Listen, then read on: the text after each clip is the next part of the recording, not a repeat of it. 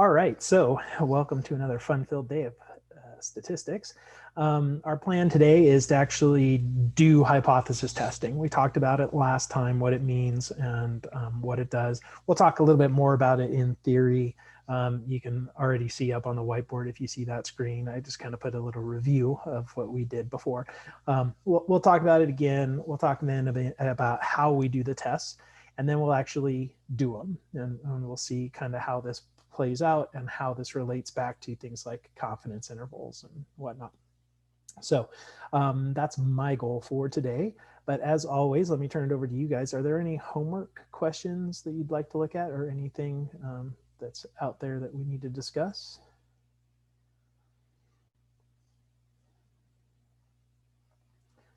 Maybe need is a strong statement. Want to discuss. How about?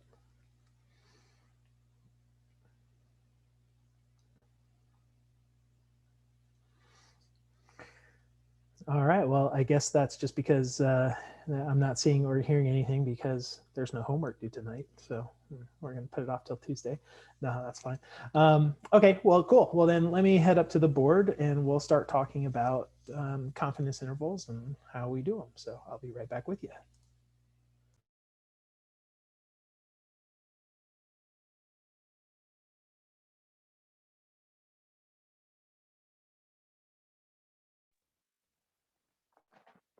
All right, so I went ahead and put up on the board a little bit to remind you what we're doing with hypothesis testing. All right, I want to make sure that we've got this ground level, this base level set so that when we build onto it, we know what we're doing. So with hypothesis testing, we always create two hypotheses. The first one is called the null hypothesis. We write H with a little sub-zero for the null hypothesis. The null hypothesis is usually a equals. The mean is, the proportion is. It is okay for that null hypothesis to be a greater than or equal, or a less than or equal. But I'm going to make it just pretty much standard that I go with for my H naught, that it's equal. Okay. So, but the null hypothesis always includes the equal. And basically what it's saying is that the sample, because remember what we're going to do, we're going to take a sample and we're going to compare it to, the world. The null hypothesis is saying that that sample is a representative of the world, that it is the same. And that's why there's an equals with your null hypothesis. Now, the other hypothesis, the alternate hypothesis, this is the one that's going to be greater than, less than, not equal to. And basically, it's the things are different. So when we are testing something, we're going to do one of two things. When you create a study, you go out and you sample, you're looking to either confirm something to show that it is equal, or you're going to try to show that it's different. Right? And so depending upon which of those you're trying to do, you're either looking at the null or alternate hypothesis. If you're looking to try to show that things are the same, then you're going to be wanting the null hypothesis. If you're looking to see that things are different, you want the alternate hypothesis. But these are such that they both cannot be true at the same time. Right? That's imperative. That has to happen. But they're different possible events. All right, so we're going to make our null hypothesis. We're going to make our alternative hypothesis. And then I didn't put it on here, but I probably should, because this is another important thing. And I kind of want to remind you is that we only ever do two things with a hypothesis test. We either, so here are our options. Our options are one, reject the null hypothesis. All right, so that's one of the things that we'll say sometimes. After we do our test, we'll say, hey, you know what? There is enough evidence for us to reject the null hypothesis. All right, so we're going to reject the null hypothesis, which then suggests that the alternate hypothesis is actually correct. So I'm going to put that in parentheses. here, that HA is likely true. So if we reject the null hypothesis, that means that we believe the alternative hypothesis is accurate, right? Since it's one or the other, basically. So if I throw out the null hypothesis, the alternate hypothesis. The other thing that we can do is we can fail to reject the null hypothesis. So notice that we're not accepting the null hypothesis. It's not a we accept that it's true. It's a we can't say that it's not true. It's technical. I know it's technical, but this is something about statistics, and this is something that I know is a personal pet peeve of mine. When I see somebody say, studies have shown that this must be true, I don't like those. I really don't like statements like that, because when we do statistics, we never show something is true or show something is false, but we get evidence that suggests it's not true or suggests that it's correct, right? And so what we're going to do a lot with these is once we kind of do the test and we're going to get the numbers and we're going to look at the numbers, we need to analyze those numbers and look at them and say, okay, well, what does it mean? Does it mean that we believe the null hypothesis? Does it really support it? And make a ruling one way or the other. And sometimes it's tough. Sometimes the numbers are such that you're like, wow, I really don't know if I want to reject the null hypothesis, right? But this is all support for or support against. So that's why we either reject it or we fail to reject it instead of accepting. But if we fail to reject H naught, that makes us think that the null hypothesis is mostly true. And so that would mean for the alternate hypothesis, this guy is likely false. So I like to put those statements about the alternative hypothesis because sometimes that's the one we're actually interested in, not the null hypothesis. So the orange, this is what we want to think about when we're looking at the null hypothesis, and the blue is what we want to be thinking when we are looking at the alternate hypothesis. All right, so, but there's also a possibility of making a mistake, right? We kind of talked about this. Remember the whole someone's up in court, and there's the, do we put an innocent man in jail? Do we let a guilty person go free, right? Those are the different kinds of errors that we can make. And so they're called type 1 and type 2 error.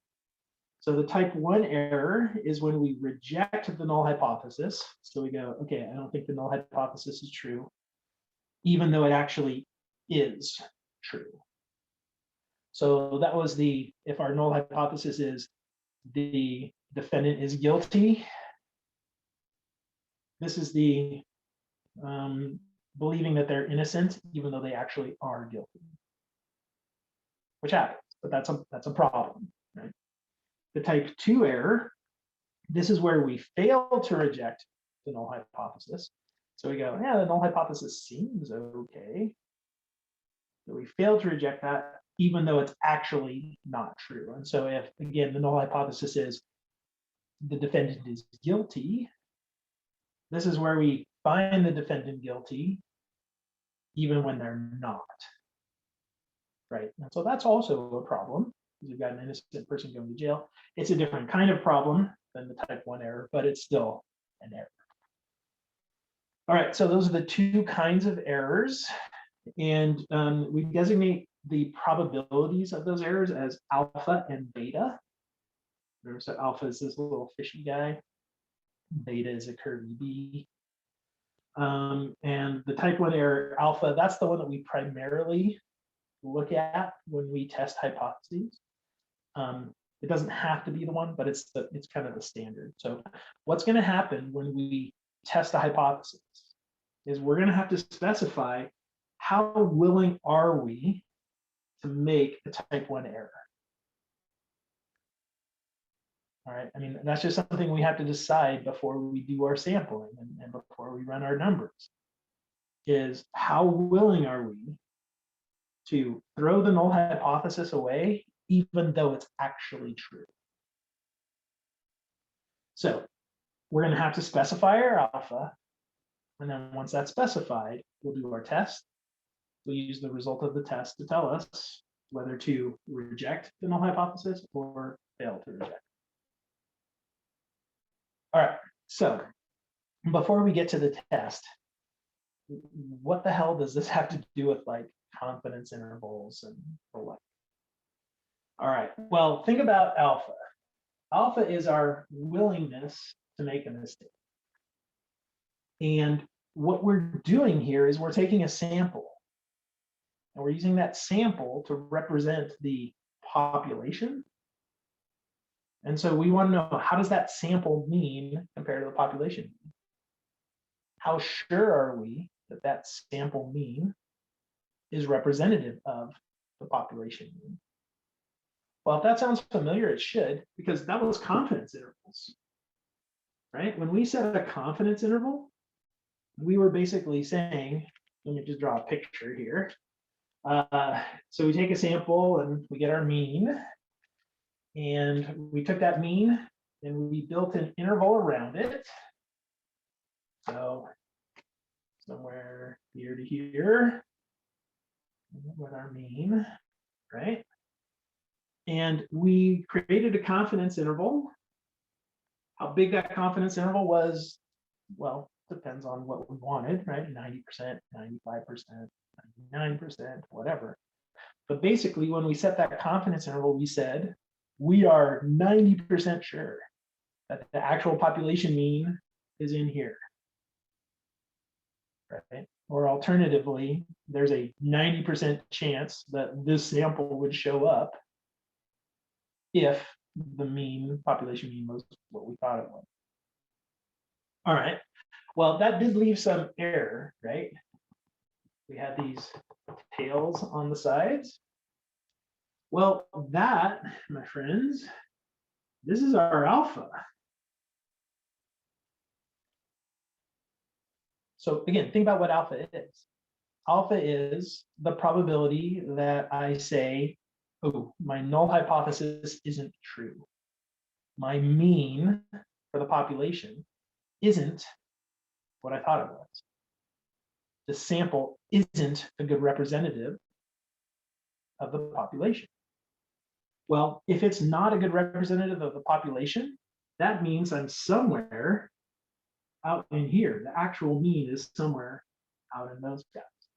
So confidence intervals are intimately tied with hypothesis testing. I mean, they're basically one and the same.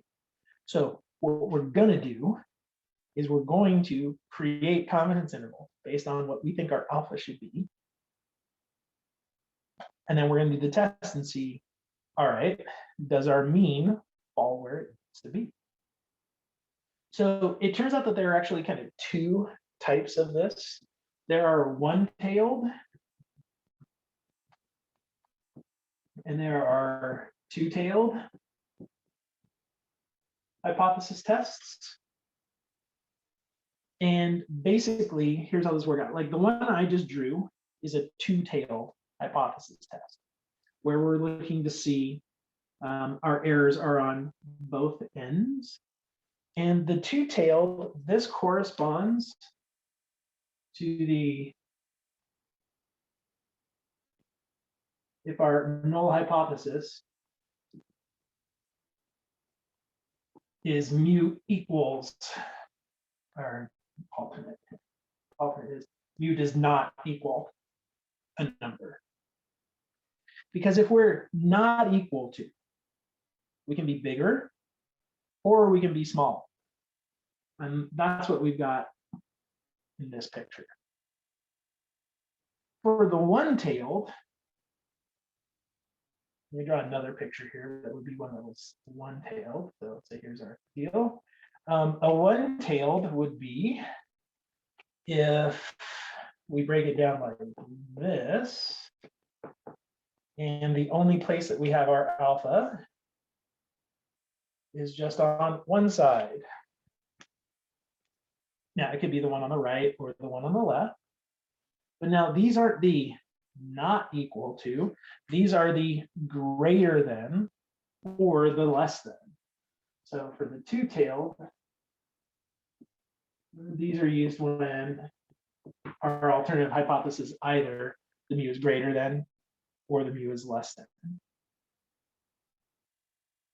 All right, because greater than or less than just splits it into two pieces, one side or the other. Is what makes it one tail. All right, now the reason that I bring this up is if you look at your alpha, you'll notice that for one-tailed, all of the alpha is in one region, where for the two-tailed, that alpha is split into two pieces. And this really matters if we're going to calculate a z-score, right? Remember z-scores, we have to determine what area we want, what percentage we want. So for an example, let's just say that alpha was 10%.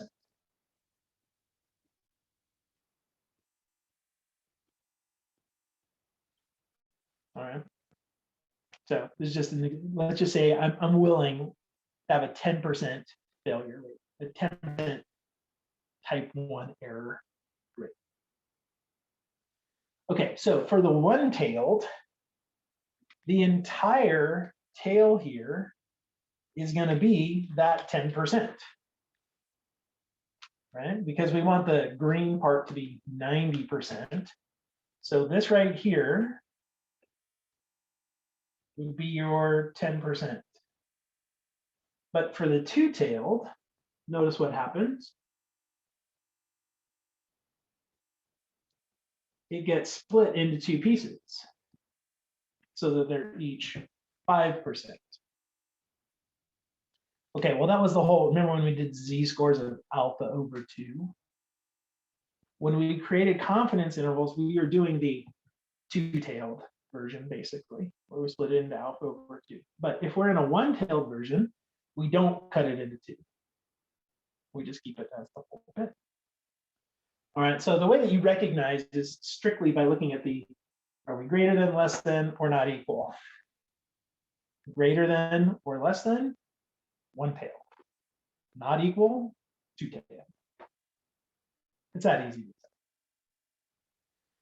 say. But I will tell you that knowing the one-tailed, two-tailed is not as important as it once was when it comes to hypothesis testing because of our technology, right? We're going to end up just putting this all into the computer, in the calculator, and letting it do it, let it do its thing.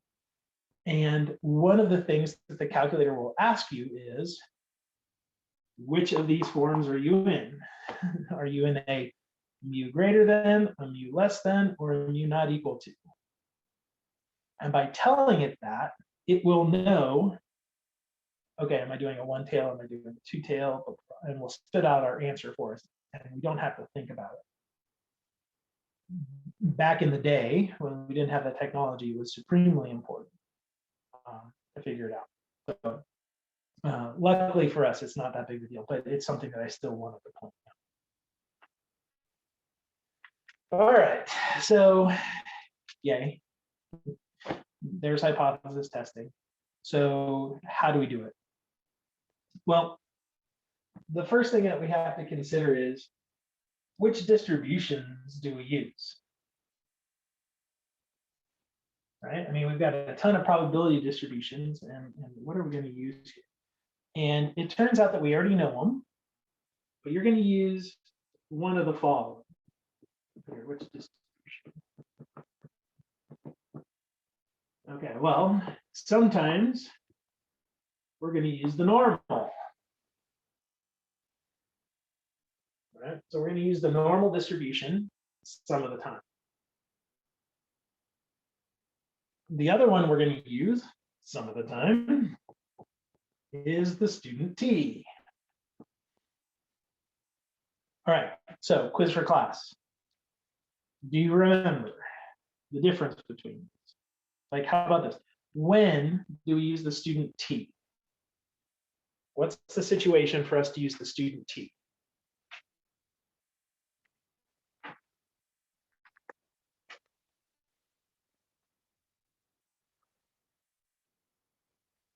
All right, good. So when we don't know the population standard deviation. All right. So remember, there's two different kinds of standard deviation. There's the population and there's the sample. You should always be able to calculate a sample standard deviation because there's a formula for it. The calculator gets it.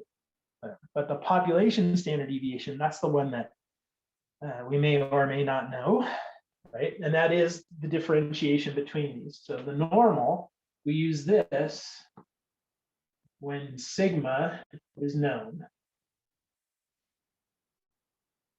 All right, and we use the student T when sigma is not known, which I'm going to tell you is way more often. Right? If you just go out and you decide, okay, I'm going to go and I'm going to determine the average age of people that eat at McDonald's. What's the population standard deviation there? Oh, if I know, nobody's going to know that. But if I go and I randomly sample 100 people that are eating at McDonald's and I ask their age, I now have a data set. I can calculate a standard deviation. It's a sample standard deviation. So in that case, I'd have to use student T. All right, good. So I'm glad to see that most of you remembered that because that's going to be really important. Right? That's going to be really important going forward because when we're presented with some scenario that we're trying to test a hypothesis, this is going to tell us which test to use. Okay. In terms of what those distributions look like, right, with the student T, this one, remember we use the degrees of freedom for that test, right? So I'm right here, TDF. So we would specify the degrees of freedom, which the degree of freedom was equal to n-1, just as a reminder, right? So whatever your sample size is, you subtract one, and that's the degrees of freedom. That specifies the specific T distribution you're using, because there's a different T distribution for each degree of freedom. The greater n is, the more the T distribution looks like the normal distribution. And then, of course, for the normal, well, we use the normal. And if we were talking about means, for example, we would use the normal distribution with the population mean, which is also going to be our sample mean, right? So the mu, and then our standard deviation was sigma divided by the square root of n, right? Remember when we're doing a mean, sample mean, we have to divide by the square root of n. And then if it's a proportion, remember that one looks a little bit different. So P prime, also known as P hat, right? But the proportions that are for proportions, we use the proportion that we're expecting, and then the standard deviation was the square root of P times Q over N. So these are things that we saw before. I'm just bringing them back to remind you what they look like. So it's a slightly different normal distribution depending upon which one we're doing, but it's still normal. But for the student T, it's just, do we know the degrees? All right, so those are the distributions that we're going to use. Now, another good thing for you, because I know you're probably thinking, Oh, good Lord. I'm going to have to try to remember these formulas. I have to remember which of these scenarios I'm in so that I can remember which one to apply. Okay. In the olden days, yes. Yep. Well, if you were doing this 100 years ago, absolutely. You would have to figure these things out. Nowadays, nope. Because we're going to go to our technology. And remember, I told you, like with the technology, we can tell it the mean greater than, less than, not equal, so it knew one or two-tailed. Well, we're also going to tell it what we're trying to do. Are we trying to look at a proportion? Or are we trying to look at a mean? There's a different command for each one. Or are we doing one that requires a t distribution? There's a different command for that. So we're going to have to recognize which scenario we're in. But once we recognize which scenario we're in, we can just go to that command and we don't have to think about it anymore. We just have to give the calculator or computer its information, and then it's going to do its thing and spit out an number. Okay, so it is, though, going to be very important to figure out which of these three we're looking for. Are we trying to do a normal distribution, a t distribution? With the normal distribution, is it a proportion versus a mean? Right. So we got to recognize it, but once we got that, it's a piece of cake. All right, so let me talk a little bit about those tests and what you're going to see and what they look like. So there are three tests that we're going to use.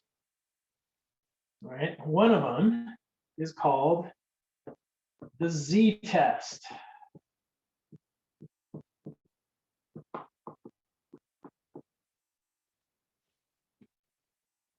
So the z-test is called a z-test because traditionally it gave a z-score. Okay. So what this does is it returns a z-score. Now that should tell you, just that right there, should tell you what kind of distribution this is. So do you remember what kind of distribution returns a z-score?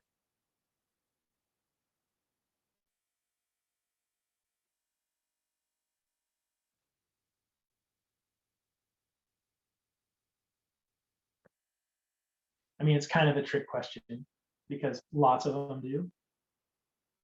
But in the context of normal versus t distribution, which one gives you a z-score?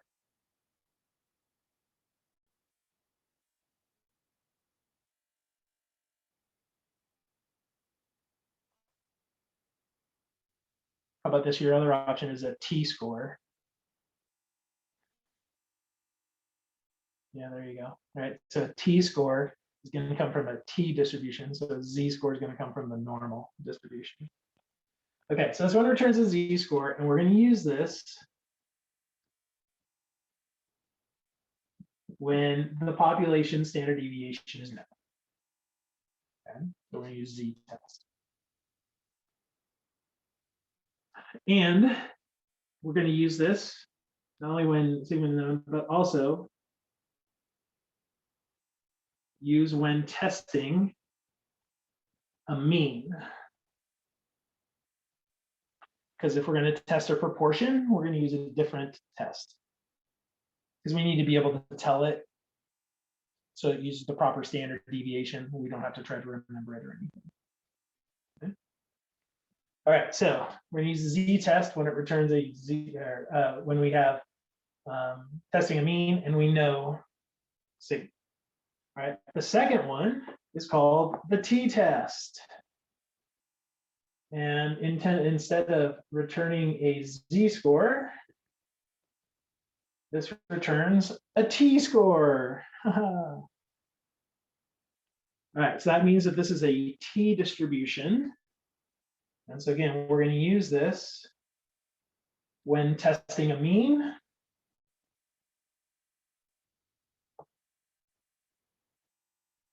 But we're going to use this when sigma is not known.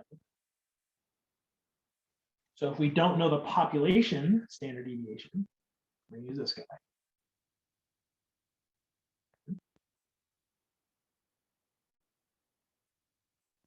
All right, and then the third test is what we call a one prop z-test.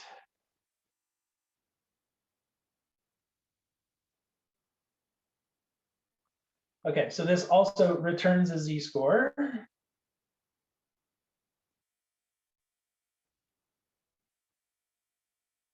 Because it is a z-test. But the fact that it's called a one prop tells us that we use this when testing a proportion.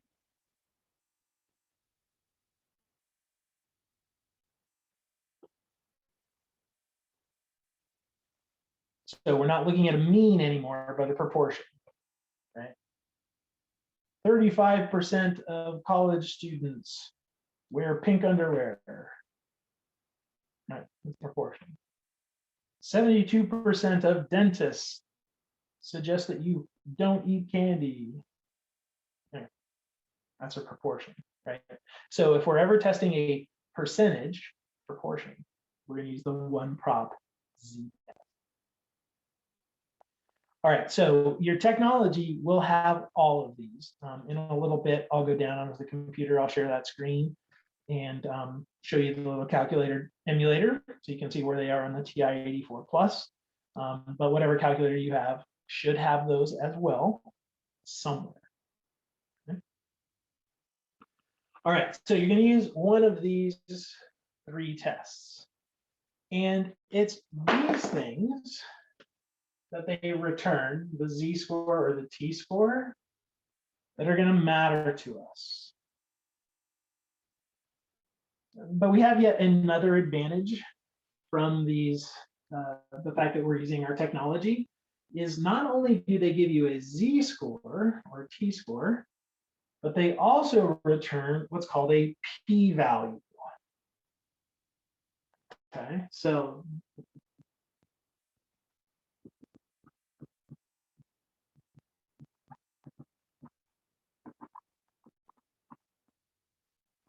and it's really the p-value that we're going to use. You can use the z-score, you can use the t-score, that's totally fine. But the p-value is a little bit easier. So first of all, what this p-score is, or p-value is, what it means. The p-value is the probability that we would get this sample. I'm going to put sample result if the null hypothesis is true.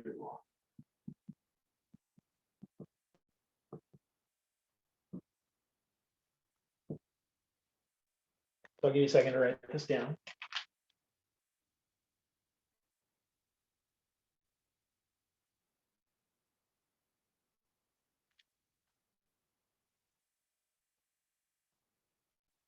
Okay, so the p-value, it's the probability that you get the sample result if the null hypothesis is true. So we go out, we take a sample. The p-value tells us, is this likely or not? If p is large, if p is a big number, we'd say, okay, well, if the null hypothesis were true, then it's quite likely that we get this result. If the p is small, that would mean it's unlikely that we were to get this result. Right? So again, it's all probabilities. It's all likelihood. So kind of like I was talking about earlier, we're not ever saying, yes, this is true, or no, this isn't true. It's always a, we think it's true, it's probably true, right? And that's what the p-value is telling us, is how likely is it that that null hypothesis is true. does our sample suggest that it's true or not? Okay. So when we talk about these, when we run hypothesis tests, you'll hear me say that a lot. After we get a p-value, I'll say, oh, okay, so this means that there's a 20% chance that this would have happened if the null hypothesis is true, so that's pretty likely, and blah, blah, blah. Right? All right, well, because of this, basically, this breaks down to large P, or big P, means H naught is more likely. I'll put more likely to be true. And then small p means H naught is more likely, no, it's less likely to be true. I was going to say more likely to be false, but let's just write it this way. Okay, it's going to be less likely to be true. Because if you get a small p, that means that the sample you got would be very unlikely if H naught is true. And so you're going to go, well, then H naught is probably not. All right. So this basically now sets us up for how we know whether we reject H naught or we fail to reject it. So you may remember that I also told you we have to specify how confident we are, how sure we want to be, or how willing we are to make a type 1 error. So we set an alpha level. Well, this is what we do then in terms of either rejecting H naught or failing to reject H naught. All right, if P is less than alpha, so if P is less than whatever alpha we decide, we're going to reject the null hypothesis.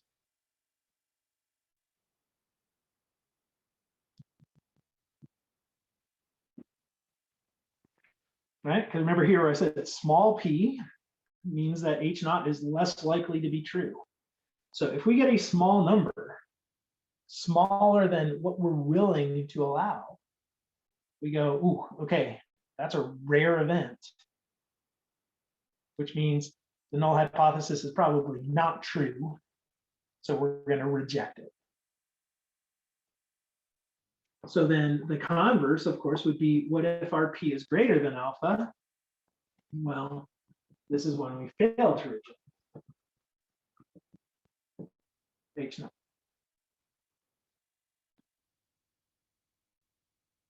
Because now what this says is, well, the result we got happens more often than we're willing to call it a problem.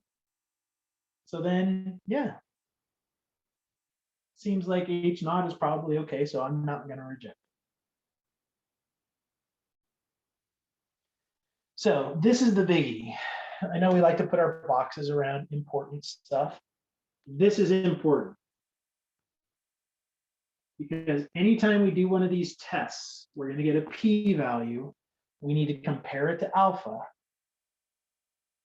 And whether it's bigger or smaller, that's what's going to tell us what to do with our test. Okay, either to reject the null hypothesis or fail to reject it. Then it's up to us to interpret what that means. But the numbers itself, what the calculator spits out, this is the important piece. How does P compare to alpha?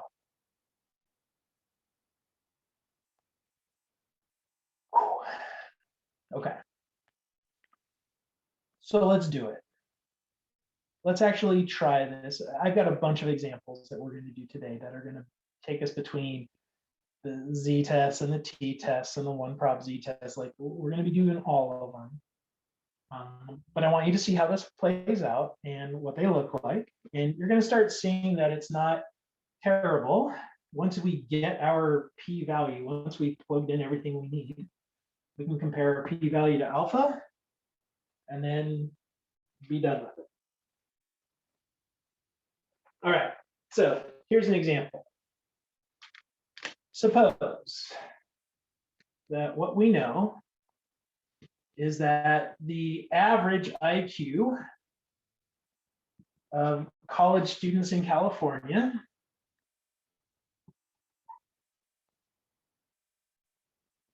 is 101.5 with a population standard deviation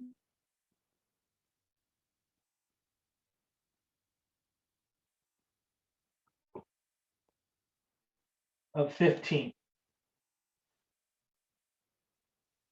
Okay, so this has been established by studies or whatever, but let's just say that California community college students, or just college students in California, have an average IQ of 101.5, which means you're actually smarter than average. I don't know if you know this, but IQ, a 100 IQ, is supposed to be average, and it is supposed to be normally distributed. Just FYI. All right. So our college president, Jeff DeFranco, doesn't think that this is true, or what he actually thinks. He believes that LTCC students have a higher IQ. Because, you know, he bounces around, he meets a lot of you guys, and wow, these folks are smart. I think our population, our student population, has a higher IQ. So he asked us to go out and do a sample. So we sample 30 students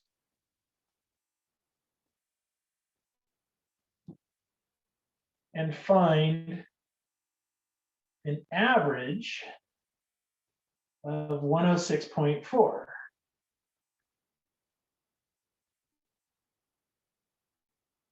So we're looking at that and going, okay, well, 106.4 is definitely more than 101.5.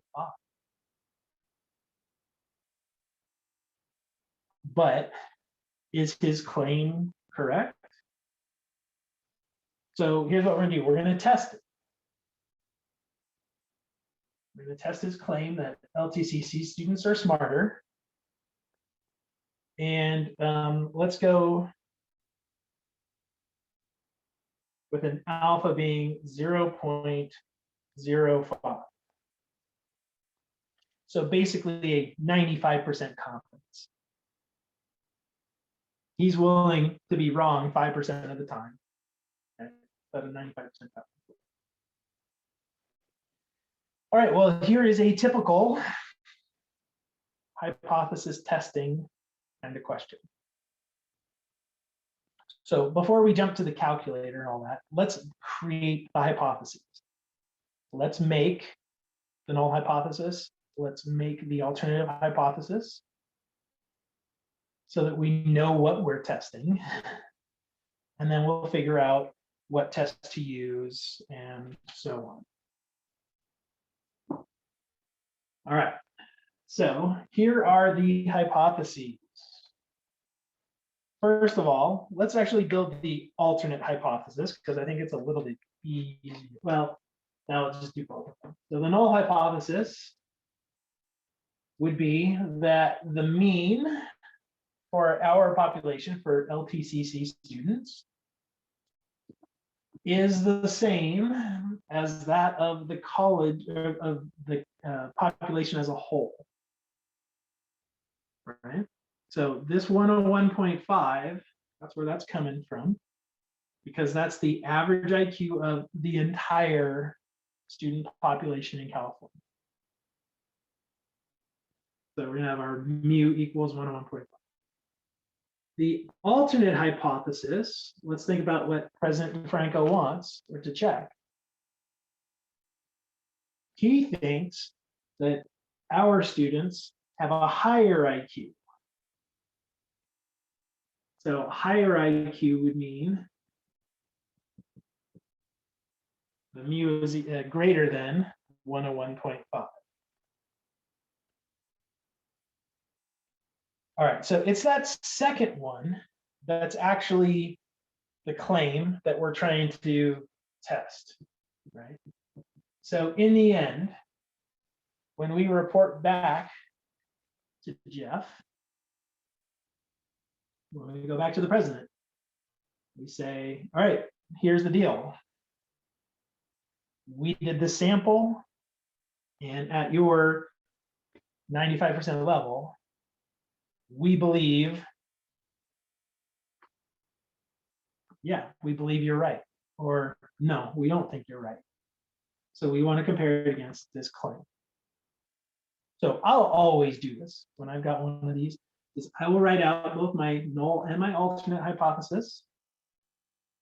And I will make sure I note which one is the claim, is the thing that we're testing.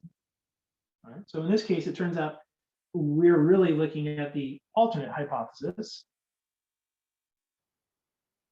even though hypothesis testing is all about the null hypothesis. But we saw how, remember when I wrote rejecting H naught, that means alternate looks good, or failing to reject H naught means alternate doesn't look good. Right? That's why I put that, so that we can answer appropriately. All right, well, let me show you how we do this using the technology. So let me hop over to the computer here and pull up the calculator.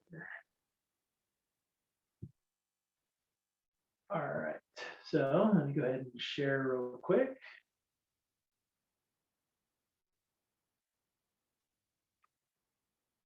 All right, so hopefully you all see our calculator. So here's what we're going to do. To find these, we're going to go under the stat button. So you may remember for the longest time we've been doing the distributions button, but this time we're going to go under stat. So it's been a while since we've been to the stat page. So let me remind you about some of that stuff. So the first one, the edit, that's how we can actually put in data. And we'll do that later when we have some examples with data, because this one doesn't have any specific data. We don't have the 30 students' IQs, we just have their average. But if we want to put in our data, that's where we put it. If you arrow over, you see we've got calc. This is where we did things like the one var stats that got us our mean and our standard deviations and our quartiles and all that. And then it's got a whole bunch of other stuff that we'll see later. But we're going to go over to where it says tests. And if you look at this, I'm going to point over here on the big side where you can see them a little bit better. You see the very first one says z-test. Then we've got a t-test, 2 sample z-test, 2 sample t-test, 1 prop z-test, 2 prop z-test, z-interval t. Okay, there's a ton of them. In fact, there's even more, right? The arrow tells us that we can do more of them. But the ones we want are all on this first screen. We're either going to do a z-test, a t-test, or a 1 prop z-test. The ones that have 2, those are for when we have 2 samples that we're comparing. And we'll look at those later. We'll actually start doing that next week. But for right now, we're just doing 1 sample. So it's either z-test, t-test, or 1 prop z. All right, now I want you to look at what we've got going on here. Is this one going to be a z-test, a t-test, or a 1 prop z-test? Which of those 3 do we want to do? Throw out your guess in the chat window.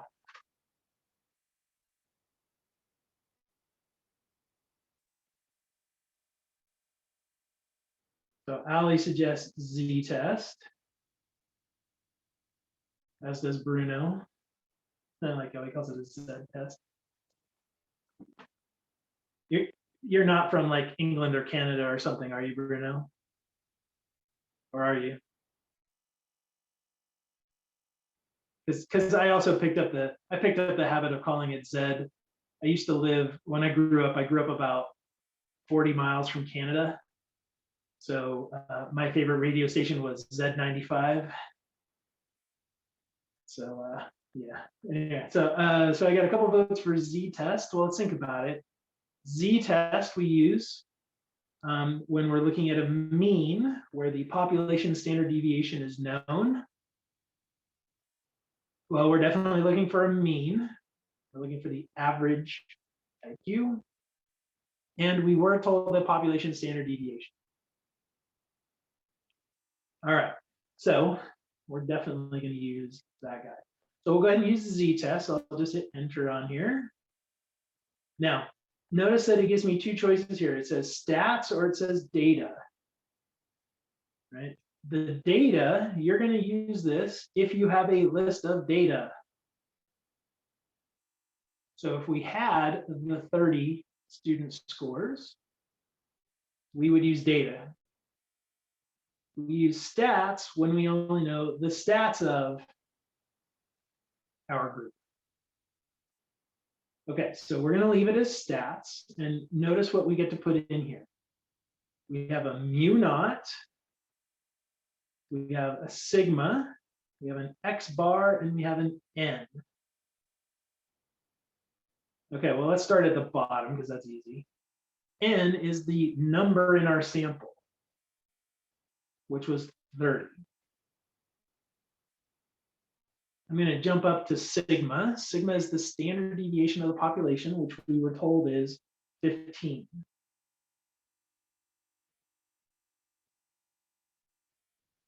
Okay, so now we still got our mu and our x bar. Now those are both means, right? Those are both averages. And we actually have two means or averages so far, right? We've got the 101.5, which is the population mean. And we got the 106.4, which was our sample mean. So which one goes into the top slot here? Is that mu the population mean or the sample mean?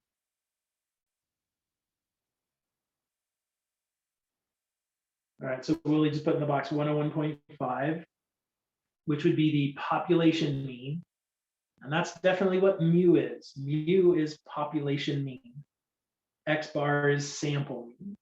So we're going to put in the X bar the 106.4, which was the mean from our group of students that we just tested. All right, so that's what's going to go into those 4 boxes. You're going to put your population mean, you're going to put your sample mean, your population standard deviation, and the number of people that you're testing. And hopefully you see why we need all of that information, right? The sample size helps determine the standard deviation for our distribution for the sample mean, right? And then the sigma, of course, is needed to figure that as well. And then the rest of it is for us to figure out z-scores. All right, so now that we're there, let's look down this line where it says mu. And we've got not equal to mu naught, less than mu naught, and greater than mu naught. All right, well, this is where we go to our alternate hypothesis. So remember, our alternate hypothesis is going to be one of those 3 things, either greater than, less than, or not equal. So looking at ours, right, President DeFranco's claim is that LTCC students have a higher IQ. So we're going to arrow over and highlight greater than the mean. So we're going to test if the mean is bigger than 101.5.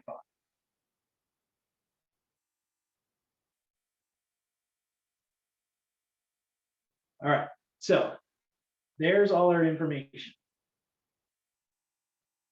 So, oh, the color, you can graph them, and if you want to change the color, you can change it.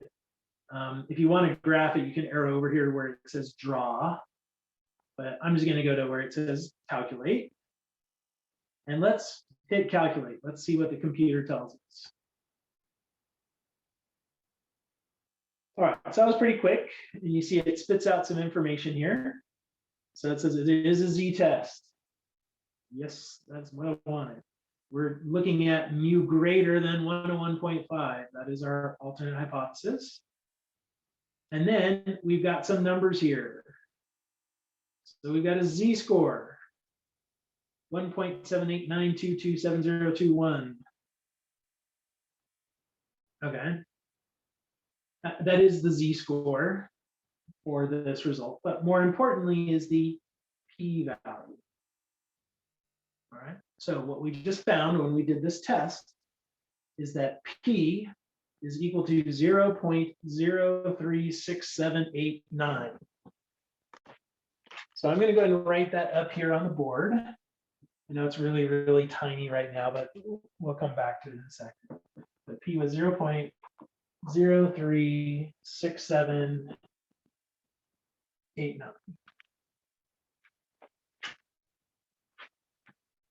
All right. So what does that tell us? Well, remember what this p is. This p is the probability that this sample result would happen if the null hypothesis is true. All right, so this is basically saying there's a 3.7% chance that we would get this kind of sample.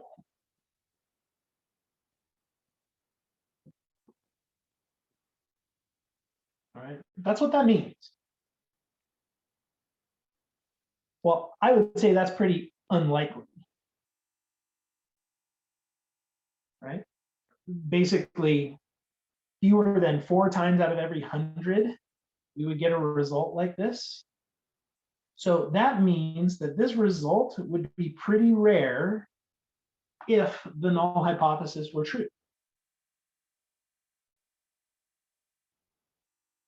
All right, well, what that suggests then, remember the little thing about P versus alpha. Since we were looking at alpha being 0.05, we've got that P is less than alpha. So what that tells us to do is we're going to reject the null hypothesis. We are going to reject the statement LTCC students are the same as college students in California. So we reject H naught, which suggests that the alternative is actually correct. Right? So we reject H naught, which means we're going to believe in the alternative.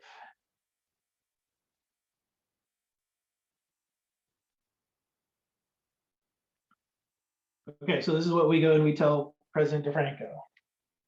We're going to say, yeah, you're right. At an alpha equals 0.05 level,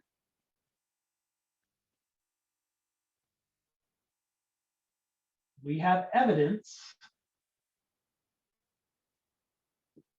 to reject H naught. And thus it appears LTCC students have a higher IQ, a higher average IQ than all California students.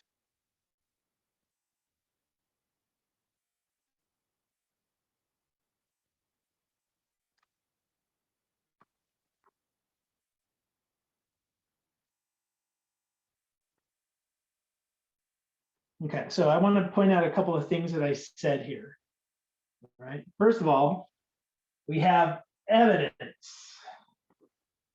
We don't have proof. Evidence is not proof. Right? We have evidence to reject. And so it appears that this is the case. Because I'm not certain. I'm not certain.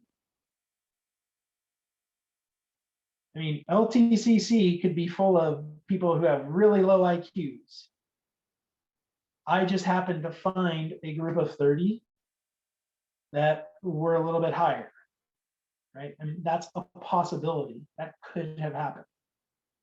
It's unlikely though, because of this number. The fact that that P is small is what makes me feel good about making the statement.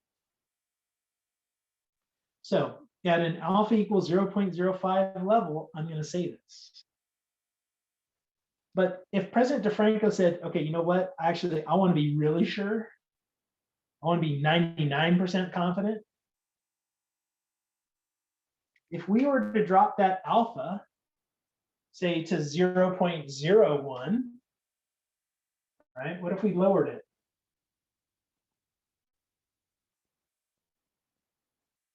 Now our p-value is bigger than alpha, and I wouldn't make this statement.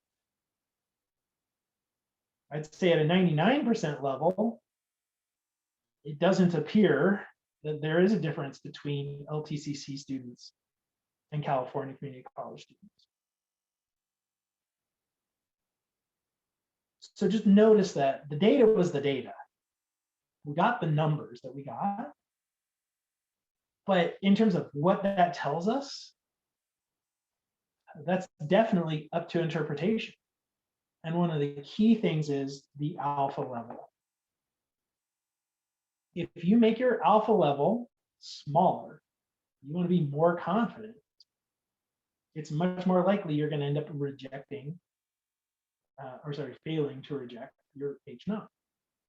So just be aware, it's not just the data. The data itself is not enough.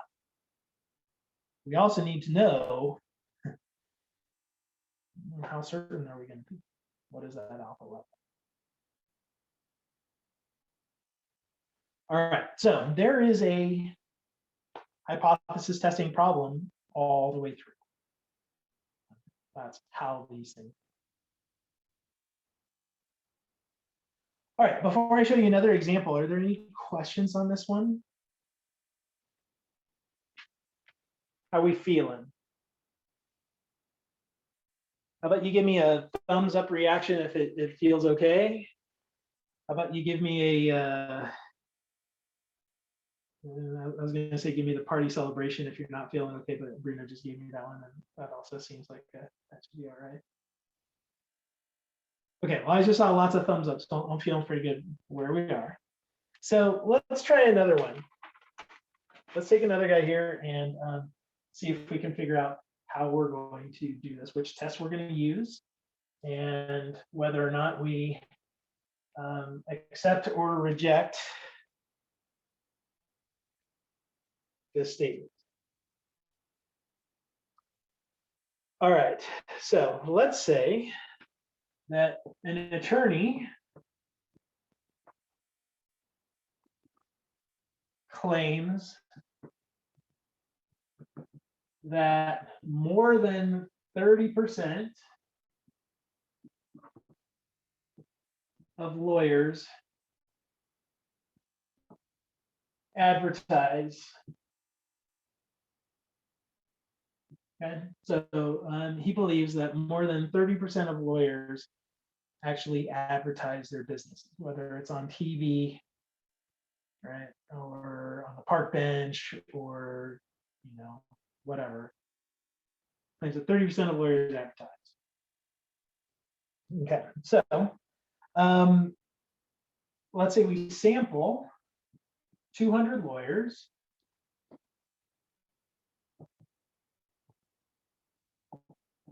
And find that 63 do advertise.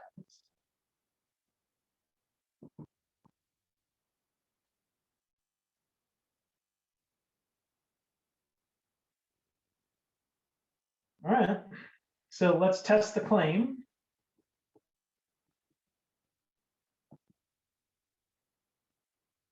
At a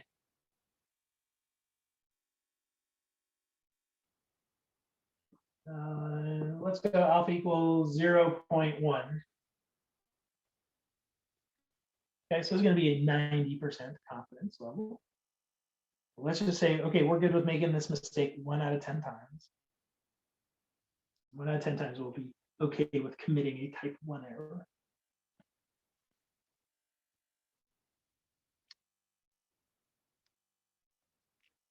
All right, so there's all the information. Let's write our null hypothesis and our alternate hypothesis.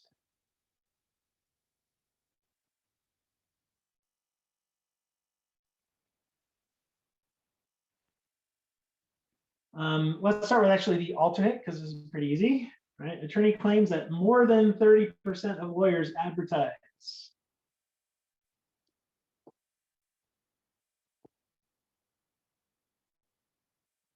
All right, so the claim here is that this is not the p value from the test, p for proportion. The proportion of lawyers who advertise is greater than 30%. So our null hypothesis is going to be equals. Okay, so we're going to see, are we greater than 0.3? And again, the claim, the thing that we're actually looking at, is this guy. The p is greater than 0.3.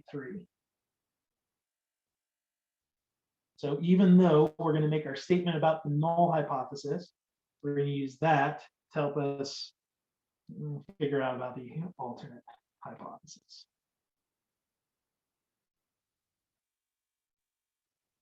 All right, so which test are we going to use? Are we going to use the z test, the t test, or the one prop z? Go ahead and fire your guess in the chat. Okay, so Willie says T, Ali says one prop Z. We need at least one more for a tiebreaker. Or we're gonna have somebody say Z test, and then we're gonna be all across the board.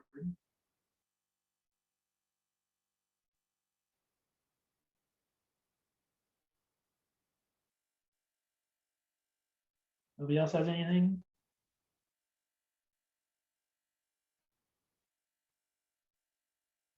All right, well, just think about this. Are we looking at a mean or a proportion? What are we testing here?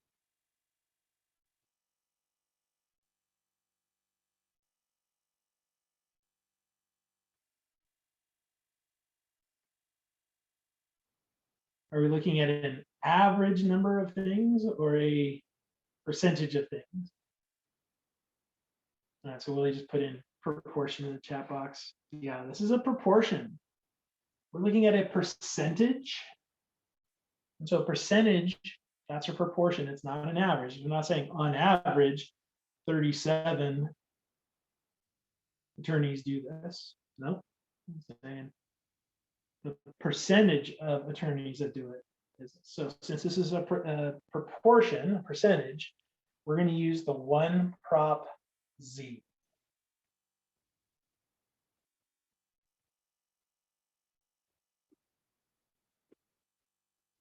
And this legit is the hardest thing, is figuring out, is going with the what is our test, because once we've got that, we can put in our specific information.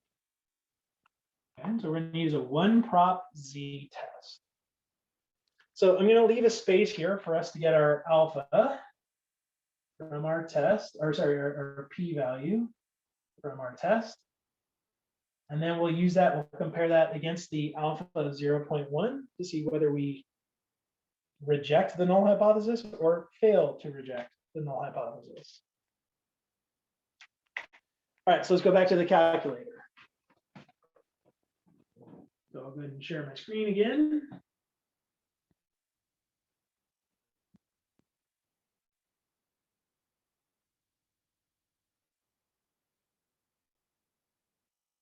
All right. So hopefully everybody can see the calculator. So let's go and find this test. So we're going to go to stat. We'll go back, arrow over to tests. And then this time we're going to do a one prop Z test. So we're going to come down here to number 5, one prop Z. Hit my enter. And now notice that this asks me some different things. Right? So this one, it asks me P naught, X, and N. All right. So P naught, that's the probability that we're testing against, which is going to be 0.3. X and N is our sample size, and X is the number of in that sample that said yes to our yes no question. So you can tell I was already using this calculator earlier. So here's 63 of our 200. And then in terms of the hypothesis, again, we can be not equal to, we can be less than, or we can be greater than. And this attorney is claiming that more than 30% advertised, so we're going to leave it as greater than. So it asks for different information, but man, it's still there. All right, so we'll come down here, we'll hit calculate. It thinks for a second and spits out these numbers. Okay, so again, that first line tells us we're looking at the proportion is greater than 0.3. We have a z-score, and then we have a p-score, and then that next number, the p-hat, you may remember that little caret symbol over there. We call that hat. P-hat, that's the proportion from our sample. So if you take 63 and divide by 200, you would get 0.315. So that's the sample proportion. All right, so we've got P is equal to 0.3217.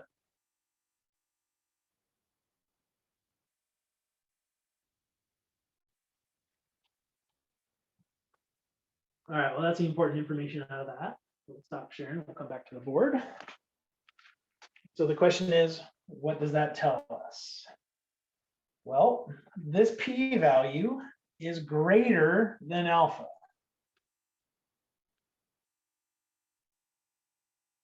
Right, our alpha was 0.1, and 0.3217 is bigger than alpha. Okay, so what this means is that if the null hypothesis is true, if it's actually true that only 30% of attorneys advertised, we would get this kind of a result from a sample 1 out of every 3 times. Well, that's pretty likely, right? I mean, 1 out of 3, that happens a lot. All right, so since it happens pretty frequently, since that p is bigger than alpha, that tells me I can't reject H0. So here's what we're going to do. We are going to fail to reject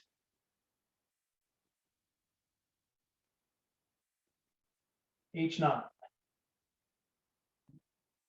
So what that means is that there is not evidence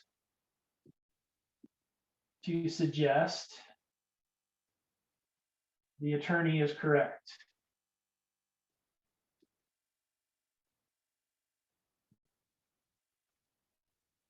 Right, we're going to fail to reject H0, which means, yeah, the alternative hypothesis isn't looking very good. So at this point, we're going to say, you know what? Like, yes, I understand you think more than 30% of attorneys advertise, but our sample It doesn't really suggest it. Or maybe better, it doesn't suggest it at a level that we're comfortable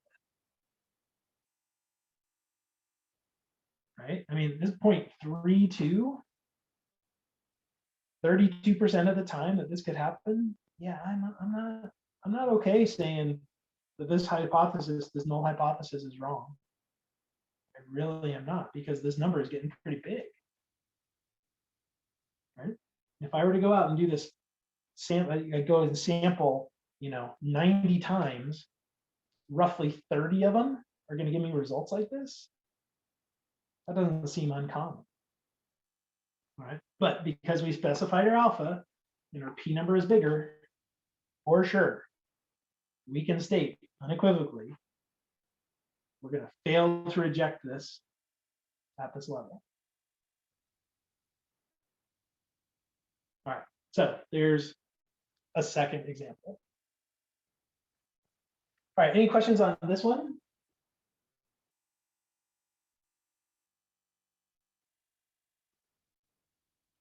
All right, so here we go. Here's a third one. This time we're going to use some data. So you can see what we have to do with the technology if we want to put in data. So suppose we're looking at starting salaries.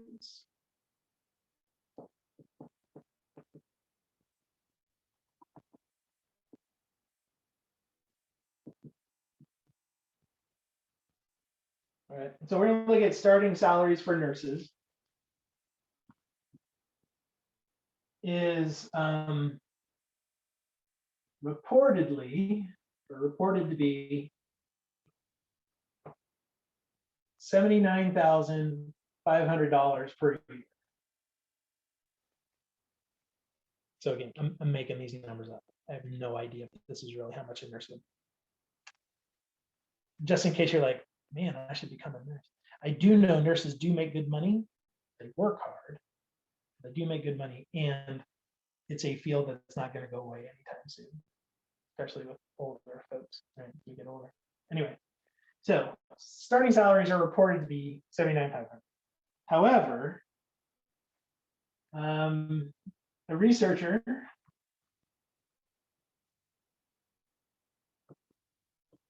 believes that this is too high.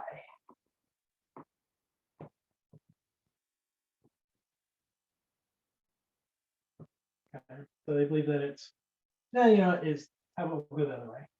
We've been doing higher than the whole time. A researcher believes that this is lower than reality.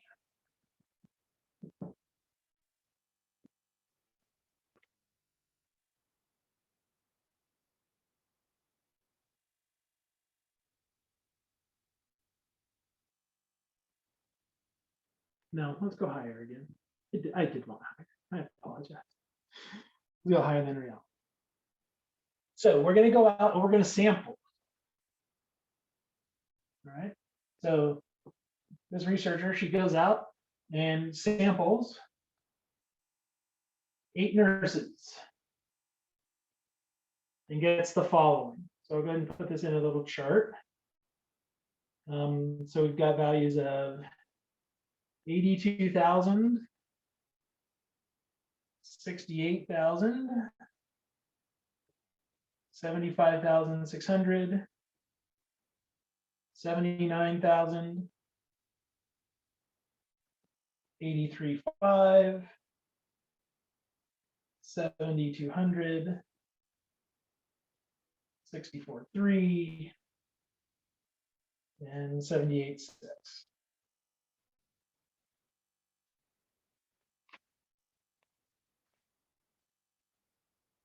All right, so let's test this at a, say, let's go alpha equals 0.1 again.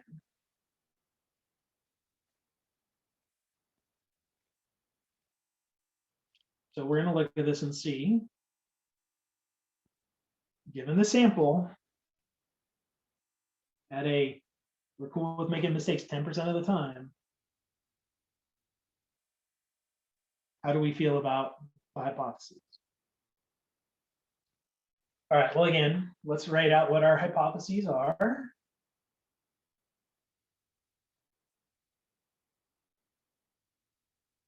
Okay, so the researcher thinks that this is too much. So that means that she believes, or she's testing, that mu is less than 79.5, which means our null hypothesis is mu equals, or greater than or equal 79.5.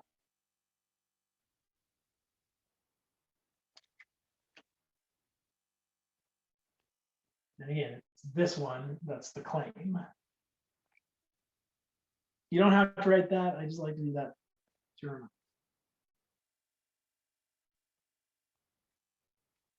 Okay, so there you go. We went out, we took a sample, we got these numbers. What do we think? So first question, as always, z-test, t-test, one prop z. Which are we doing here? Go ahead and throw it in the chat box what you think. Z-test, t-test, or one prop z.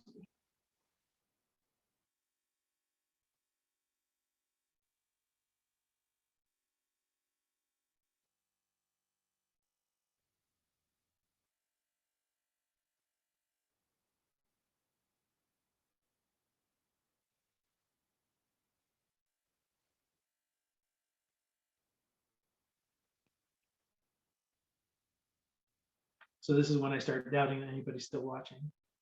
All right, thanks, Willie. Willie just put t-test.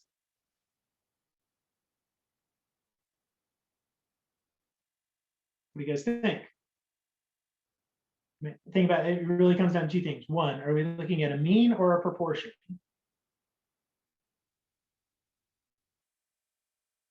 Okay, this one's going to be a mean, right?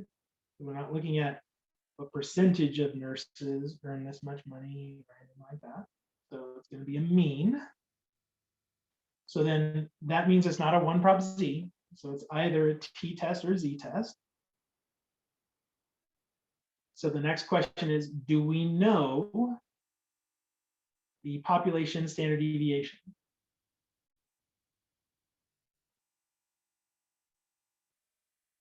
So anywhere in here, are we given a population standard deviation? And it's pretty clear that no, nowhere in here do we say anything about standard deviation.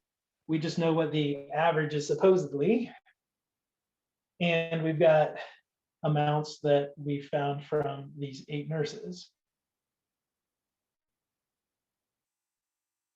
Okay, so we don't know this population standard deviation, which means we definitely need to use a t-test. All right, so this guy is going to be a t-test.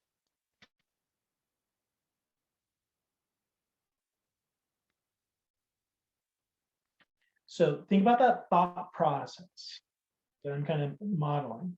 First thing you figure out, are we looking at a mean or a proportion? Because if it's a proportion, we know what to do, one prop z. If it's a mean, then we look, do we know the standard deviation of the population? Is that given to us? And usually the answer is going to be no, especially out there in the real world. If you end up using stats in your job, wherever you happen to be, most often you do not know the population standard deviation. Okay, so if you do know it, use a z-test. If you don't know it, use t. All right, so let's do it. So let me go ahead and show my calculator again. Now, here's what we're going to do. Since we have data, we want to use data, we're going to start by putting that in. We're going to go to stat, and we're going to go to edit. So just one. And it brings us a list of data points. Now, yours might be empty, but even if it's not, you can arrow over, you can clear these things. Like here, check this out. If we go up here, L1 and I hit delete, Notice that, oh, it's gone. I didn't just clear it. Uh-oh. I might have gotten rid of list one forever. Okay, so you hit clear. If you arrow up onto one of the L guys and hit clear and then enter, it gets rid of your list. Well, I might have gotten rid of L1 forever. That's unfortunate. I'm sure there's a way to get it back. I don't really care at this point. Okay. So suppose that you start off, you're fresh, you got no data. So what we're going to do is we're just going to put this stuff in to our list. So we had 82,000, 68,000, 75,6, zeros, 79,000, 83,5, 7,200, 64,300, and 78,600. Okay, so in a situation like this, when you're given data, go there first. Go to stat, edit, put that stuff in. So there is the list of our data. All right, now let's go stat. And this time we're going to go over to test. And this time we're going to do a t-test. Right? We're using the t-test because we do not know population standard deviation.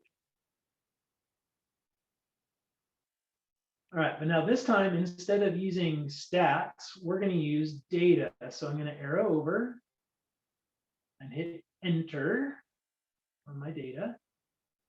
And notice that now this asks for a different set of things. It still asks for the mean that we're testing against.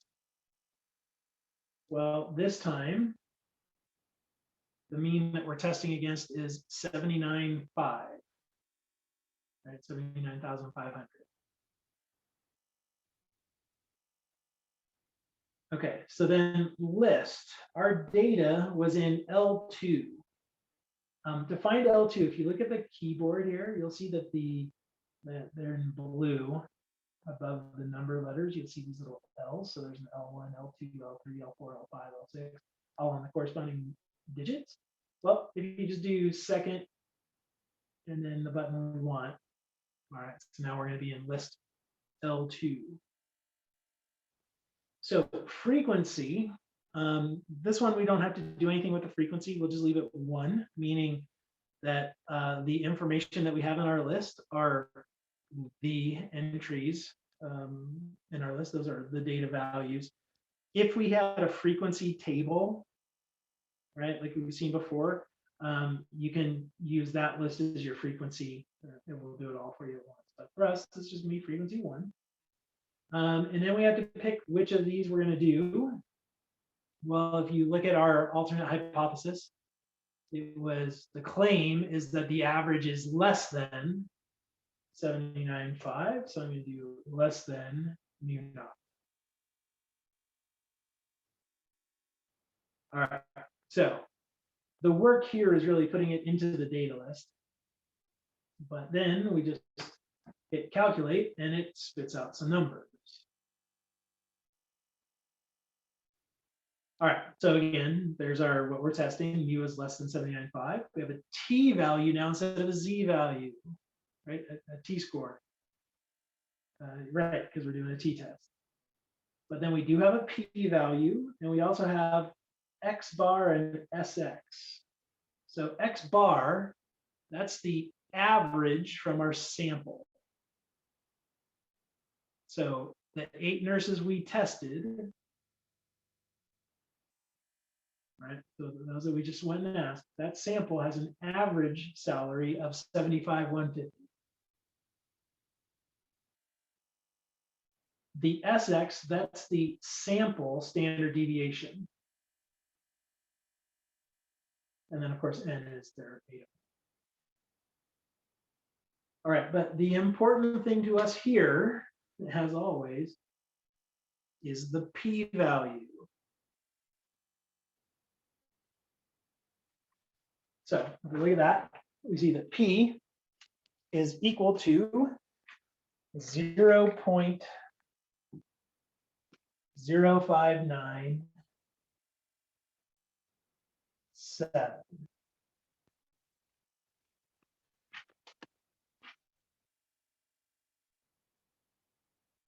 Okay, so let's come back to the whiteboard. So our calculator spits out P equals 0.0597. All right. So what does that tell us here? What are you going to do with H naught? So in the chat box, tell me what we do with this. Do we reject H naught or do we fail to reject? So you can just type in either reject or fail.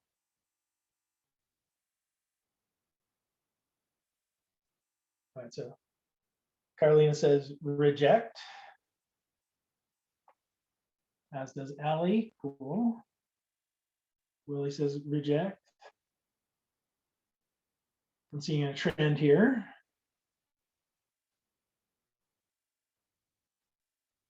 So again, it all comes down to how does this P relate to alpha?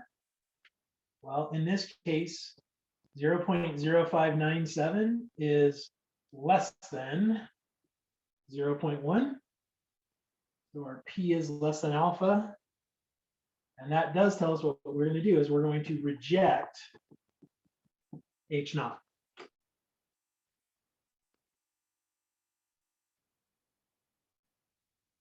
Okay, so then what that tells us is that there is evidence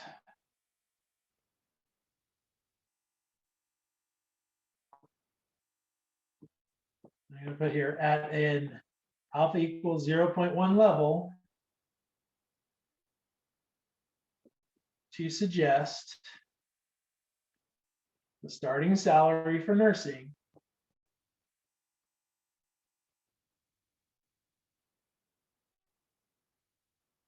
is less than 79,500.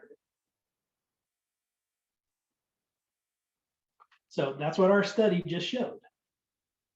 The sample suggests that it's actually not true that the average starting salary is 79,500. But check this one out. Right? This was at an alpha equals 0.1. If we had gone to a 5% instead of a 10%, we would have said exactly the opposite. Right? If we were at a 5% error level, now our p-value is bigger than that. And so we would have gone, actually, the evidence suggests that this average is correct.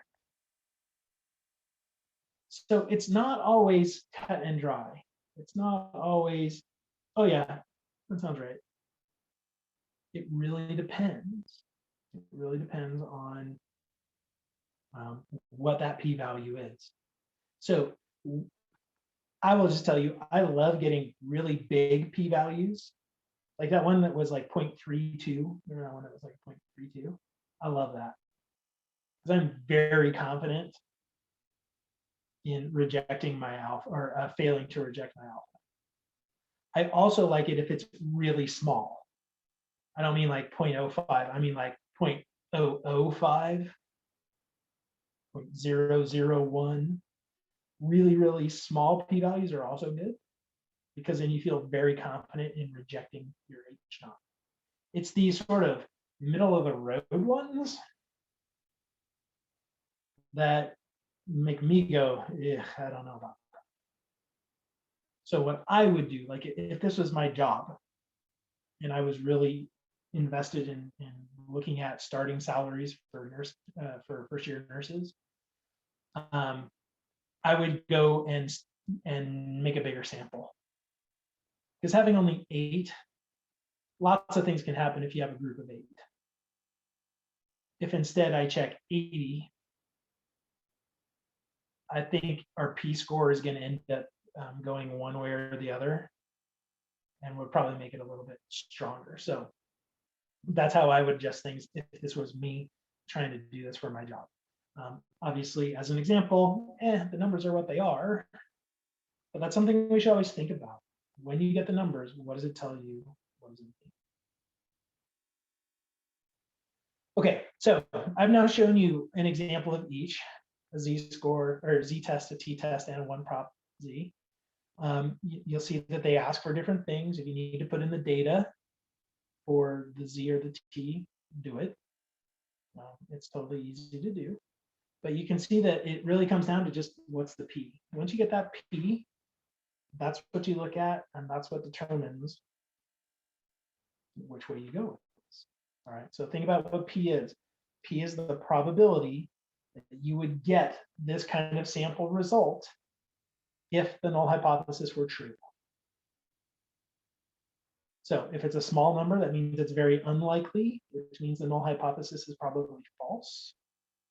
If it's a big number, it's very likely, which means most likely the null hypothesis is correct. All right. Okay, I think I'm going to actually call it a day. I know we're a little bit early. I was actually anticipating homework questions, and you guys had none. I could throw another example at you, but I think at this point you're probably good with it.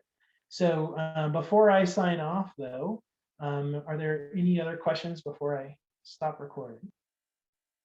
Feeling pretty good about hypothesis testing and what it's doing? Yeah, I'm getting some thumbs up. Cool. All right. So what we're going to do next week, just so you know, we're going to start looking at how we do this with two samples. Like if we want to compare two samples against each other, like we're going to find the average IQs of students at like Tahoe Community College, and we want to compare them to the average IQs of students at UC Davis. We're going to want to be able to compare two different groups. Well, that's where we're going to go next, right? So all of this was just one sample testing. Next week, we'll talk about two sample testing. Okay, cool. Well, then with that, you guys have an awesome weekend. And if you haven't had a chance, go check out some of the replays of the Perseverance landing. It was kind of fun to watch the nervousness and excitement in the room as it touched down on Mars. But get excited. That thing's got a helicopter on it. I can't wait till they pop that sucker off and send it flying. That's gonna be pretty sweet. Anyway. All right, so hey, have an awesome weekend, and I'll see everybody on Tuesday.